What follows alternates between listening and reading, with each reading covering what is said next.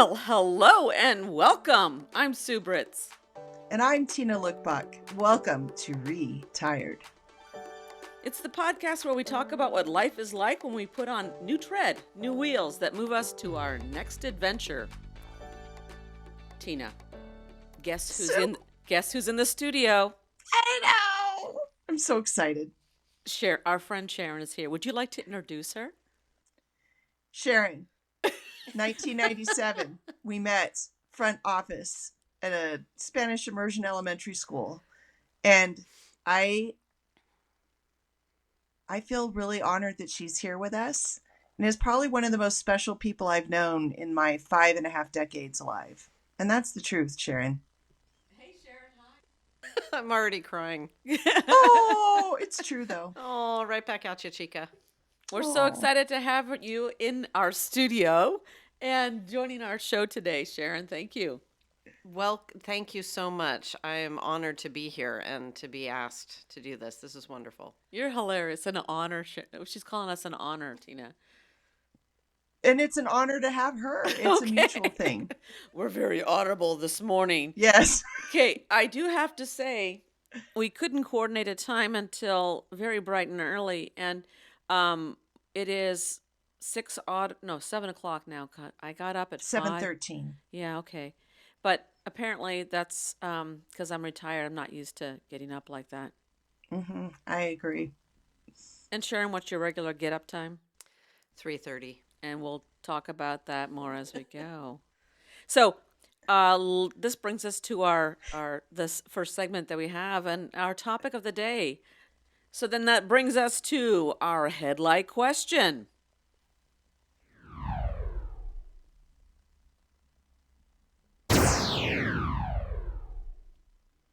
Sharon, what does your road to retirement look like? 10 weeks left, I guess. That's the road that's left. Wow. You see that finish line? Do you taste it? Yeah, I've actually calculated the minutes left as well. Oh my God. You know what you just did to me? You just brought me back, and you would always have like the countdown. And now you're in the countdown of minutes. Yeah. That's amazing. Yeah. Wow. I think I'm just a numbers person, but I mean, I guess there's a broader question there, isn't it? What was your road to retirement? Long time coming, I guess. Earlier than I planned to, but I'm really confident in my decision that I've made. So, Sharon, when I met you in 97, how many years into teaching were you at that time? 6 months. Holy shit. You were only 6 months ahead of me? Yeah. I started. Wow. Yeah, I started in January. I took over for a teacher.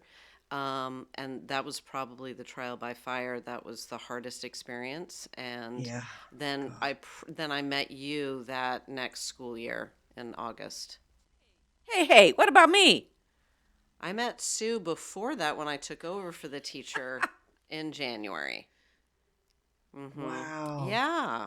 So you have 6 months on me then with Sue. Right. Got it. Exactly. Well, not that our roads cross much. What grade were you doing then? 4th grade. Oh yeah. So we kind of did. Okay, you were 4th from the beginning. Okay. Yeah. No, and that's the thing that has kind of bonded us. We were the intermediate team, and in order to survive, in order to get through it all, whether you're 6 months in a career, or I think I had I don't know 5-6 years at that point, but you have to bond. You have to bond.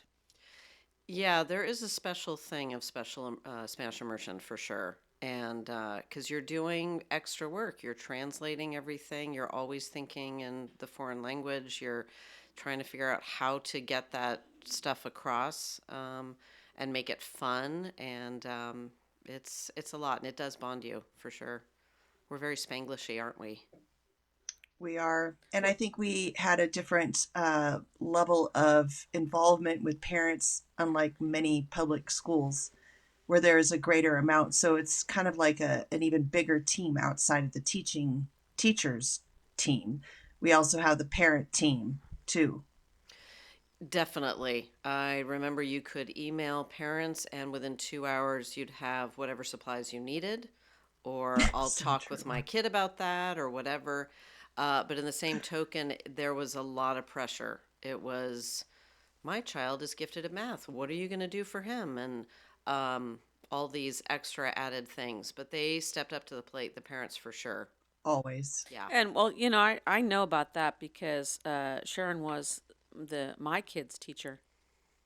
Oh, Ah, that's That's remember back right. in the days? very sweet kid. So that's the beginning of your teaching. So tell us more. What's the path that you've taken, and how did you make this decision? I thought I would be fourth grade for 30 years. It was fun. I enjoyed the social studies. It was a good road. 13th year teaching was probably the hardest and most stressful year. I think Wow. a third of my class was special needs in some form, a lot of counseling issues without a counselor on campus. And I had a lot of kids with breakdowns, hiding under the desk, just divorces, a lot just kids who really just needed a lot of extra support. And that was when I started Googling, I hate teaching, teaching sucks, can I retire after 13 years, and all these things. We've heard this story. This story is so repetitive. It is you're laughing so that you're not crying, I think. You're right. And yet we do laugh. We do have to find humor in it because this is a story we've felt ourselves and we keep hearing. So, yeah. Yeah, but you get through it, and that's the beauty of teaching. You finish up after 180 days and you start anew the next year. But it was kind of a golden age of teaching as well. The parents' support, the kids' willingness to really work hard.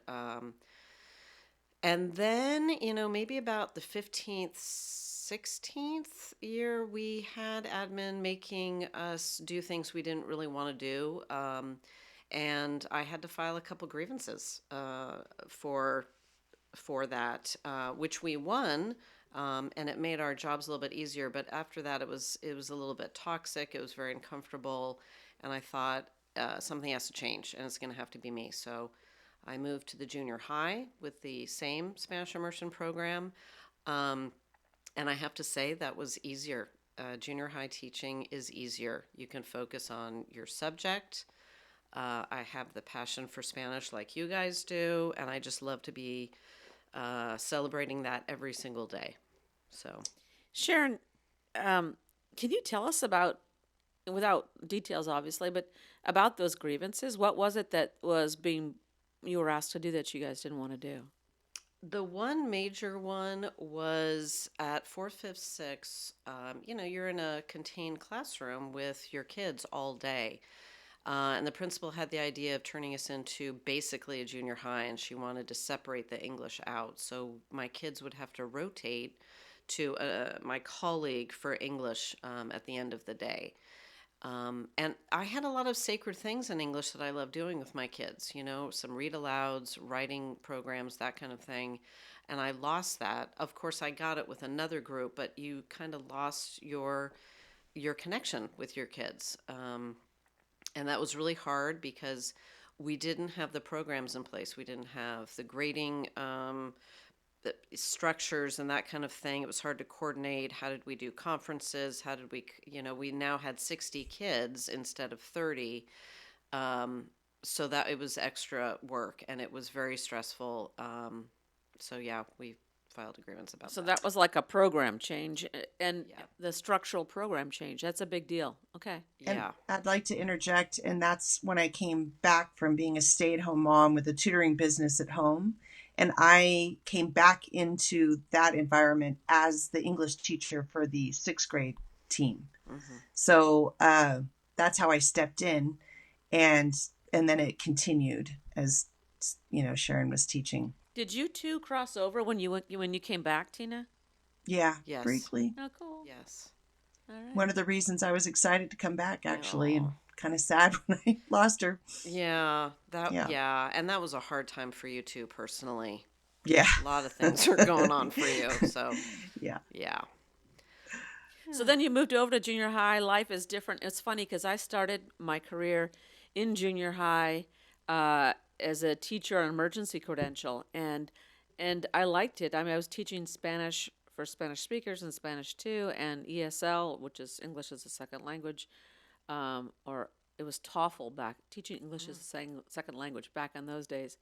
And then as I got my credential, I started in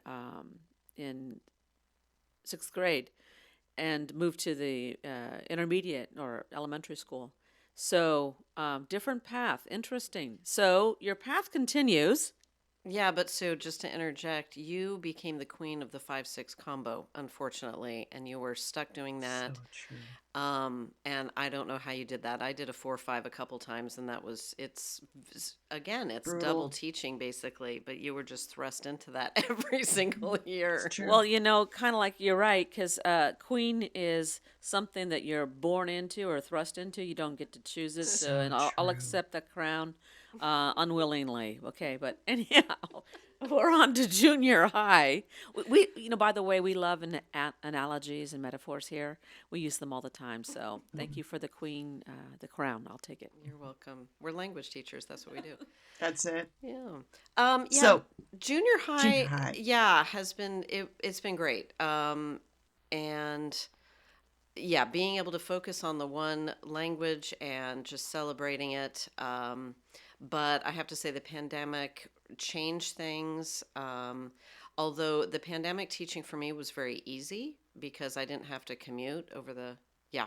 So, and the district, in its wisdom, actually halved our classes. So we usually teach 5 classes per year. I took on an extra class that year, so for 2 quarters I was teaching only 2 classes, and then the rest I was teaching 4 classes. So it was a lot. It was a work reduction basically.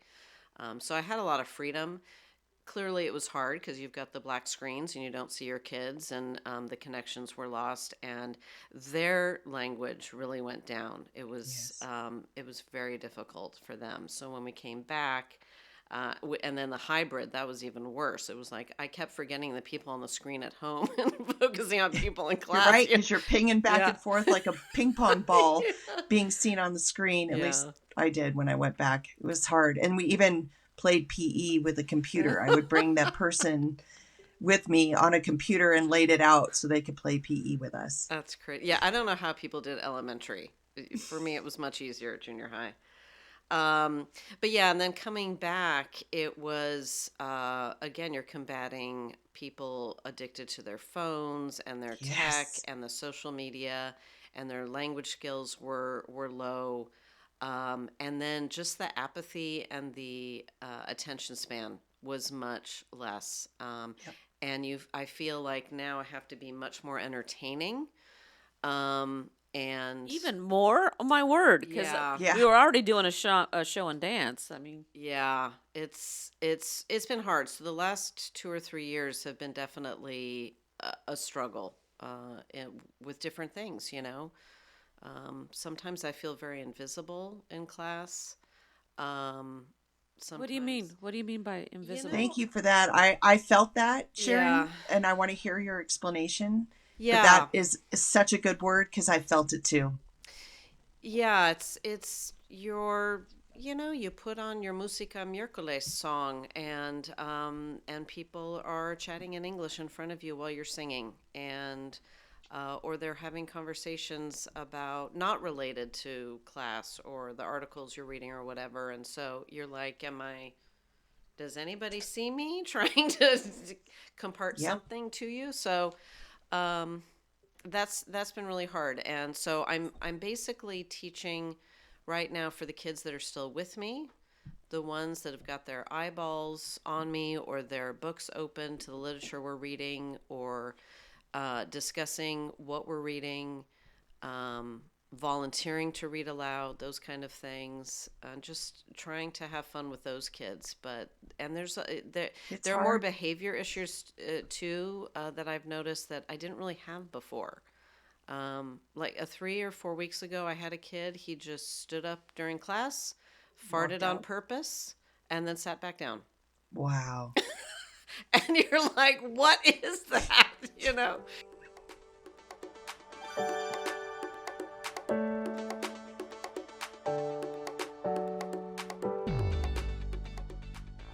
So yeah, as far as the path to retirement, my husband announced he was going to retire in December 24.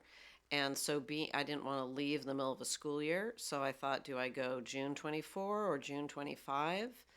And I really didn't want to be leaving for 6 months to work while he was in his pajamas on the couch. And so I thought I'm going to go before him. Crunched the numbers and realized I could afford it. And that was that. Woohoo! Yeah. And also, Wow. I did go turn to advice from a wonderful person named Sue. I met with Oh, Sue in October and said, I've got all these questions. Please help me. And whenever I think about retirement and like, did I do the right thing making this choice? I hear Sue's words in my head and they're, just do it. Just do it. You know how she does. Just do it. Well, to me, thank you. I don't, but it is helpful to have someone else who's gone before you help, make that jump because it's a little bit scary. I mean, we know that as teachers, what we're going to get in retirement is hardly anything with regard to being able to make a living here in California. Um, so knowing if you've got all your ducks in line and you can afford to do it, and again go back, with the privilege of having your spouse be able to help you out or other situations in your life that are if able you to have a support you. spouse. If that's another assumption, and that can you make this happen? And I said, if you can do that, if you can make it happen financially, what are you waiting for? Yeah, I probably should have retired a couple years ago, but I wasn't 55 yet. Well, and that's part of it too, your age. Yeah. Yeah.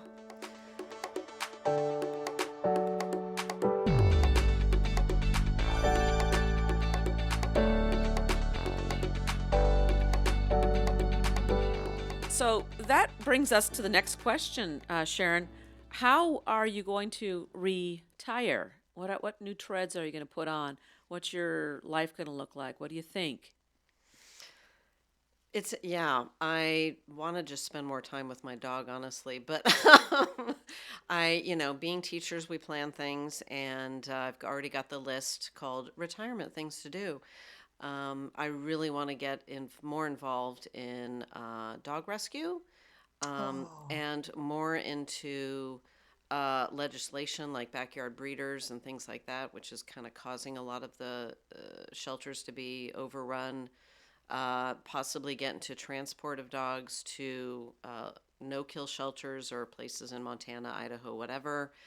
Because I support a few organizations already, and I just want to get more involved. The library has a couple of volunteer opportunities of helping people with tech and literacy for adults. And I think to be someplace where you have a purpose and somebody actually is there and wants your help as an educator really appeals to me. And of course, focusing on health, I talked Yes. to one friend, he retired at 55. He was admin at a university. And he said right after he retired, he lost a lot of his aches and sores and that kind of thing. And I just thought, wow, this job does take a toll on your mental and your physical. And so I just really want to, Excellent. you know, Stress is a killer. I mean, yeah. literally. And you think about this job all the time. you do. It's oh, you get summers off. Not really, because you're always thinking about it. You're always planning. I work a lot. During the summers, I work on the weekends. Yep. Vacation, I've been doing some work, and so it never leaves you, and I don't think it will ever leave you. You still have dreams, I think. I'm following a lot of retired teacher Facebook pages, and people still have the Sunday scaries and the nightmares about kids from years before, So just, yeah, focus on health and, Just to clarify here for our listeners, if you're not in education, Sharon mentioned she's working while still on vacation. Her vacation, by the way, is not a paid vacation, it's just time unemployed. And then summer is also time unemployed. It is not a vacation in normal sense. In holidays, national holidays are not paid either. They're just days that you are not working. So we work on contracts based on our number of days, and everything else is unpaid.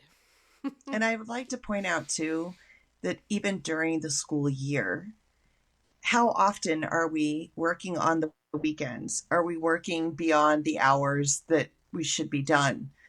And that's where it really is a life consuming thing, Hmm. because if you're not planning, then you're grading. If you're not grading, then you're trying to figure out what to do with your behavioral problems and how to make it smoother. So then you research, you Google, you talk to people. It is such an infinite, continuous, nonstop trajectory. Absolutely. And the financial thing, too, when I first became a teacher, we would travel to Spain so I could buy books in Spanish, and I would then mail them to myself. And I don't know how many thousands of dollars of books I bought for my classroom because you just had to do that. Yeah. Yeah. I just have to interject. So, my last year teaching, I did a small stint at the high school that I graduated from. And would you believe that people started cutting back on people? The paper supply was being taken, and as a result the librarian became the gatekeeper to the paper and started rationing how much. And I am a brand new back to high school teacher with no proper books and workbooks or anything, and I relied on printing. And so I ended up having to buy my own reams of paper, keep them in my classroom, keep them in the car, because I would, for weeks, I had no paper and people were complaining.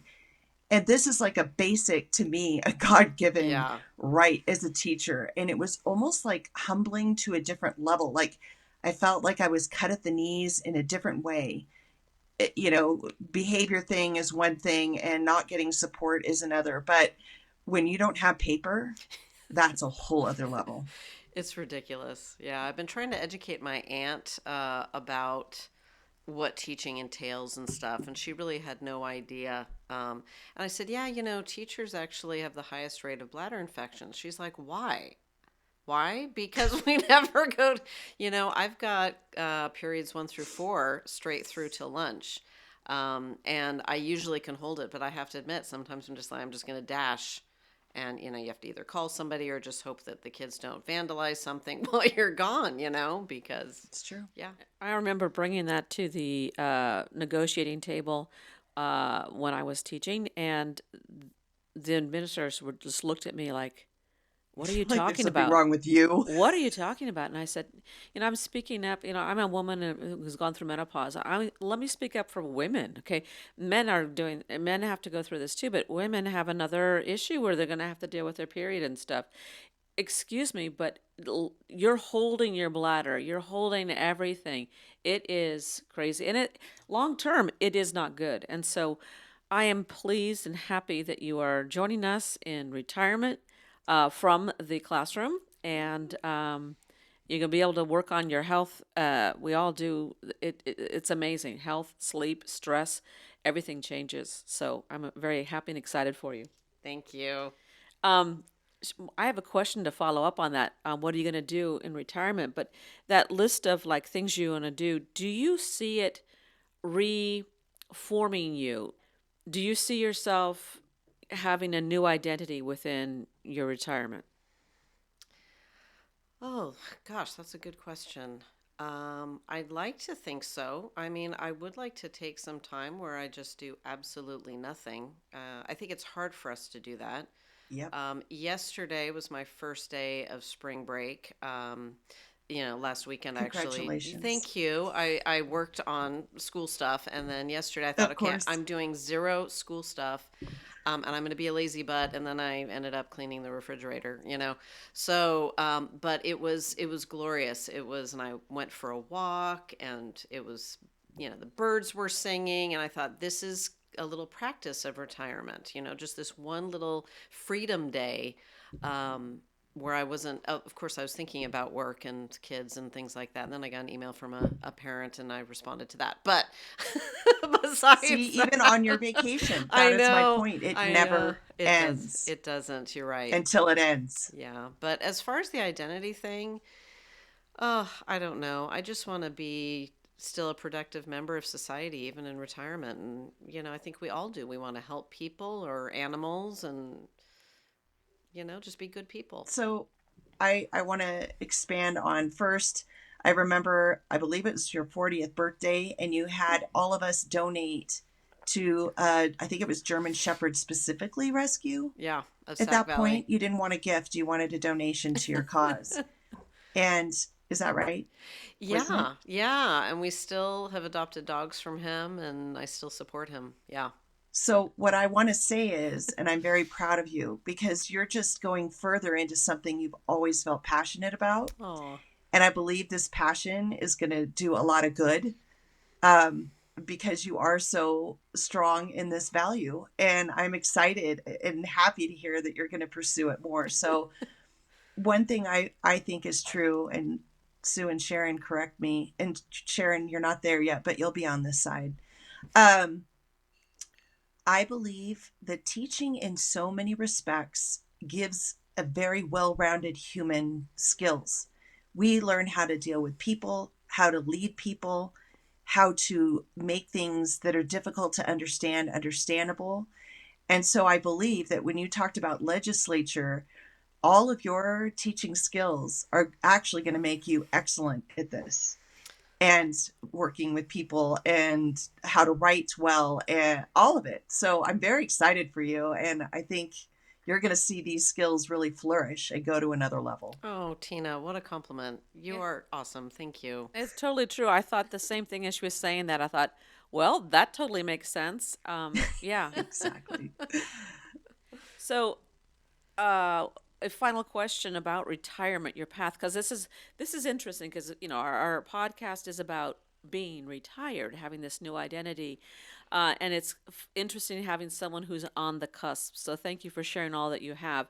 The last question I have for you is about how are you going to make this literal transition these last how many days is it? 48. How many seconds is it? No. So in the last No, 48 but I days. do want to know how many minutes. How How, many minutes? how many minutes? It's written on my board, but it's like 12,000 something. Oh, that's not Okay. too many. That's pretty good. So how are you going to celebrate? What's it going to look Wow. like this end of the year? Because it's different now. We're post pandemic, and I want to hear how are you going to celebrate? True. On the day of or just in general? All of or- it. Well, yeah, because like our schools may and our colleagues may do something for us. Our district may do something for us, and then you may do something for yourself, for your colleagues. I don't know. So, what's it going to look like for you? So last year, to the last day of school, my husband and I went to a whiskey festival. It was a charitable event, so it was quite pricey, but it was I married a half Brit, so of course we drink scotch. So that was a great way to celebrate the end of the school year. Unfortunately, it's not happening on the same day this year, and I have thought about what am I going to do on that last day of school. Um, there is a book club that I want to, because I don't really go out in the evenings, because I go to bed so early. But Because there, you're up at 3:30. yeah, but there is a book club, mystery book club in Sac at this used bookstore we support, and they're having a meeting on that Thursday. So I thought about that. But my neighbor, who we're very close with, her and her friend invited us to dinner. They gave us a dinner thing for Christmas, and I thought, maybe we should go to dinner. Just do that. I don't want a big thing. There are two other people retiring from my school as well. And so we've been talking about like, what do you want to do? Are we going to have to, do something? Or I don't know about the district. I don't really go to the district thing. Haven't gone for many Times years. haven't changed. Yeah. So if I got to get a water bottle out of the district, that'll be great. For all your years of service. Oh God. I did email the superintendent to let him know, only because there was an MOU about people who let the district know before January 19th, I think it was, or something, we'd get $1,000 stipend. Have you heard about this? Wow. I think I did, yes. Yeah, and I thought, ooh, $1,000, woohoo! But I thought, okay, let's not, pass aside $1,000. So I thought, okay, I'll do this. But there was nothing in the language of the MOU about how you actually tell people. I wasn't sure who to tell. And I wasn't kind of ready with my paperwork yet at that point. And so I thought, well, if I just email the superintendent, that'll take care of it. Right. I would think so too. Yeah, and I emailed him and I never got anything back. I thought it would have been so nice Wow. to have just heard, something about, wow, thanks for your service. So it was kind of disappointing. So I'm not really expecting much from the district. And I went down the other day to the district office. I haven't been there in years, and it's like Fort Knox now. You go down there, and there's like It's true. this big counter, and they have to buzz you in. So I'm not sure what's going on with that. It could be the restraining orders they have against people. I'm not sure what is. But I walked in, I said, hi, I need to talk to somebody in HR. Well, who are you? Do you have an appointment? Wow. And I was Times like, have wow, changed. I have served Yeah. this district for 28 years. And that's why, of course, they don't know me from Adam. And it was so quiet in there. I thought, wow, this is what working in an office is like, because junior high, my God, it's chaos, down the halls every day. And I finally was allowed to go into HR. And again, I said, hey, I'm handing in something for retirement, and nothing about, oh, wow, that's Wow. great. I've seen your name in emails, or congratulations, where did you work? Thanks for your service. Nothing. Nothing like that. It was, oh, yeah, the paperwork goes to this person, and it's her second day on the job. And so we're going to have to check with STRS and see how to deal with this. And I thought, oh my Wow. gosh, if that's the case, knowing that STRS has kind of boo-booed on some things with other people who retired last year, including, it's been written up in the B, Wow. as well as districts reporting people's incomes incorrectly and that kind of thing. So I thought, great, I'm Wow. handing this paperwork hoping that they'll report accurate information, and this person's been on the job for 2 days. So I thought, wow, yeah. Wow. Don't let the door hit you on the way out, lady. It was really surprising. It was, Yeah. because we are so, and you guys said something in your podcast that I listened to yesterday about we're always caring for others. We're caring for students and parents, our other colleagues. You guys are mothers, your kids, your dogs, and finally when you're retired, you get to be a little bit selfish. You get to care about yourself. And That's not selfish. That's just yeah. what it That's should the be. programming that we are led to believe that it's a selfish thing to think of yourself, but Yeah. it's not. It's actually a necessity. And now you finally have the time and ability to think about yourself. That you're I'm glad I asked the question because Me you too. it isn't different. I thought maybe it would be different for you, and it really is. Don't let the door hit you on the way out. It's it's good to put it out there for people to know and or hear what their experience is. Just to, I mean, missing your colleagues, that's it. Your friends are going to be in contact with you and so forth. But the colleagues that are just colleagues and the district and so forth, everything just moves on. I have a And theory yeah, because I think it has changed. And I think it's really about money. And I think that money, uh, to employ people, like it's kind of like the first thing that came to my mind right now, it's kind of like a cattle call. And like you're in the fence right now to be executed and out the door. oh my gosh. Um, I know that's a God. little grim, but that's how I A see it. And little. there's a line behind you, and everybody that is there doing the executions, letting you out of the pen, What? are burned out too. I think what has Okay, happened is yeah. we have not enough money to perform the jobs, all of us, and I'm talking at the district office too. I don't know about the EPIEPs, but I do believe that we aren't compensated enough for the time that we're giving, and everyone is just kind of limping to every finish line because the demands of what we're supposed to do keep increasing, and really our pay is not increasing. Even if they increased our pay, even if they gave me $1 million, I could not handle the stress anymore of what we're supposed to do because it has changed that much over the decades. And so, what I'm assuming, Sharon, and as you said, this person was there for 2 days because the person before her is simply tired and burned out and said, you know what, I think I'm going to retire. And I might even retire early. And I think we're starting to have these thoughts because the expectations are bigger. There's my theory, people. Yeah, yeah. I mean, you do get after, as you guys know, after so many years, it's so routine, and the deja vu is just so overwhelming. And you have all of these triggers as far as I park my car in the parking lot, I get my bag. It's these same routines over and over, and I'm like, did I show that meme to the kids yesterday or did I do it last year? You really forget. And so you kind of get into a survival mode. And this, basically surviving the last couple of years of my, and I'm still there and I'm still performing and loving on those kids that really, really want to do the Spanish thing. So, and I'm showing up every day for them, even though I'm exhausted. And can I just interject? Because I'm on this other side where I'm retired but not retired. And the business that I'm starting up, part of, and you kind of touched on it earlier, what I think makes this exciting is that I'm not thrown into a room with people where such a small percent want to be there. Right. And instead, I'm offering a service where people want to be there so much they're going to pay valuable money for the service that I provide. And that's an entirely different thing. And I actually am going to have a screening form to be sure that these people that go on these intimate vacations with us are kind, respectful, have big hearts.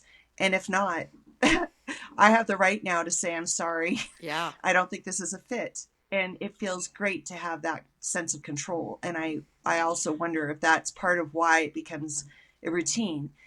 And what you were saying, Sharon, is for the people that really want to be there. And it's hard to focus on the small number that are there because the other ones that are not wanting to be there require a lot of energy to keep Mm-hmm. them not distracting the ones that do. Right. And that's another challenge with teaching. Yeah.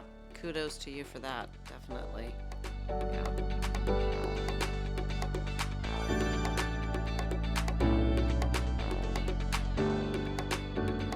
All right, final thoughts, Sharon. You got something special here, I think, for us. Oh, my poem. Yes. Oh, I wrote a poem after I decided to retire, just kind of putting down my experiences. Here we go. I have taught for 28 years. I have had second jobs. I have taken about 46 days off during my career. I have gone to work with stitches in my head after cancer surgery, vomited into my classroom garbage can, come to work with broken ribs, led a field trip to Coloma with ear infections, been dizzy due to vertigo, had a kid break my toe during a softball game. I have seen kids happy with finally understanding present perfect, singing Senor Woolley songs, and reading interesting articles. I have received an email from a student saying I was the worst teacher ever and that I should die. I have been told that I'm their favorite teacher. I have gotten hugs. I have gotten lice. I have had awesome supportive administrators. I have had to file grievances against an administrator. I have had amazing colleagues. I have had a colleague commit suicide. I have had a former parent commit suicide. I have had a former student commit suicide. I have had in-depth and engaging discussions with classes regarding literature, history, being a teacher. I've had paper airplanes, dum-dum sticks, books, and food thrown across the classroom. I've had big smiles when kids repeat the Spanish password. I have survived a pandemic, lockdowns, fire alarms, bomb threats, and a serial killer. I've had parents thank me. I have had parents blame me for their kids missing work. I have received gifts from kids and parents such as artwork, Reese's peanut butter cups, mugs, a backpack, a teacher bag, souvenirs from travel, $900 in cash, wine, gift cards, donuts, brownies, stickers, plants. I have received gifts from the district such as a grocery bag, water bottle, $7 gift card. I have attended kids' hockey games, dance shows, the Nutcracker, DMTC plays, Woodland Opera House shows, baseball games, bat mitzvahs. I have served on site council, superintendent's advisory, history textbook pilot, world language standards, and as union rep. I ran the talent show and field day for 18 years. I have learned about SBAC, STAR, PBIS, UDL, IDEA, BCLAD, CLAD, ADHD, ELL, FAPE, IEP, STEM, RTI, Common Core, MTSS, etc. I have had a kid who attended UCD after 7th grade. I have had kids who read 5 grade levels below. I have had kids who fell in love with reading after reading aloud by The Great Horn Spoon and Mrs. Frisbee and the Rats of Nim. I have had kids who said they hate reading. I have learned how to use an EpiPen, glucagon, rectal epileptic meds, AED. I have touched the lives of approximately 2,000 kids. I am now almost a retired teacher. Okay, you got me in tears, Sharon. That was so beautiful. Thank you. Wow. Yeah, my respects, my respects, my respects. And that's repeated by, you just spoke for every teacher. You are amazing. Yeah. We are amazing. You You guys are are. you are a warrior. You're a warm-hearted soul for the kids. And I would like to say that your poem, Beautiful, encompasses every human experience. Every human experience. That was outstanding. And I think that as you lay in bed at night, stressed, or maybe when you're unstressed and you're meditating and it's wonderful, you'll have about a whole nother page to add to that of realistic things that have happened over the years and how they've impacted you and impacted the kids and their families. Thank you. I have one final question. Sharon, will you come back? Maybe a couple more times, if not more. Maybe early on past retirement, and then maybe one a little bit like a year after retirement, and just keep checking in with you and seeing what this journey of yours is. I would love to do that. That would be awesome. Unless I'm subbing or something. Just kidding. I was Thanks. I almost broke down right there. I'm like, what? Yeah, actually, can I add something? Yeah, course. please. I was on my walk yesterday during spring break because I've thought about subbing. Just thought if I'm going to need to see kids, I think, once in a while. And I was walking by our local school, and there was a kid. He was throwing a ball against a classroom door because they're not on spring break in my neighborhood. And I heard a teacher say, "Michael, Michael," and he kept throwing the ball. And again, the teacher's, "Michael, Michael," and he says, "fuck" and "shit." And I thought, yeah, I'm not going to No. be subbing. That was that. And I have to interject. When I was in Cuba these last 3 months, I met with a teacher who works at the elementary school Maria went to down the street. And I was thinking as I was there, I should go in and just volunteer like once a week and get a feel of what it was like. And when this teacher came and started explaining the things that go on there in the classroom, because I thought perhaps there would be more rules, it would be stricter. All it took was that conversation, and I just no. It was the same thing, Sharon. I'm like, there is Yeah. no way. I don't even want to volunteer. I'm gonna go there now, and I think I'll drop off colored pencils and pens Right. and art supplies. But that's about as much as I can do. Oh, gosh. What's happened to our society? Who knows? It's interesting because I was tempted with the same idea to go back and too. sub, especially to help. It was during the pandemic time to help my colleagues who I knew needed a break and needed a sub that would know how to manage that class and those kids and the specifics of what they're doing, and I couldn't bring myself to it. So, even yeah. Yeah, and we probably shouldn't lose sight of the fact that we've got these wonderful kids as well. I got a Oh, wonderful absolutely. email from a kid the other day. I think it was for a computer arts class, like, "Hey, email a teacher. Beautiful Spanish. Thank you for being my teacher." I got an email from a parent the other day. So we do have those wonderful times too, and the aha moments and all of that. So I think when all is said and done, we really need to focus on that, and maybe those are the things we'll remember. You sound just like how we always sound. Bring it back to the kids. That's right. Be positive. We can't help ourselves.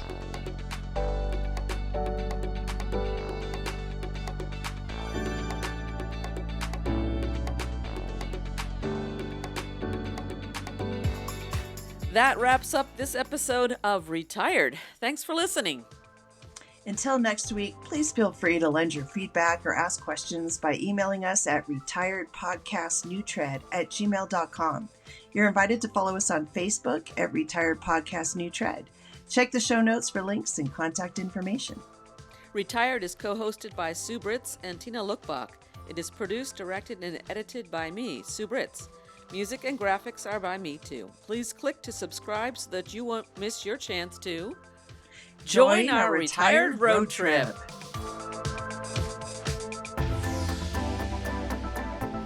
That was so fun.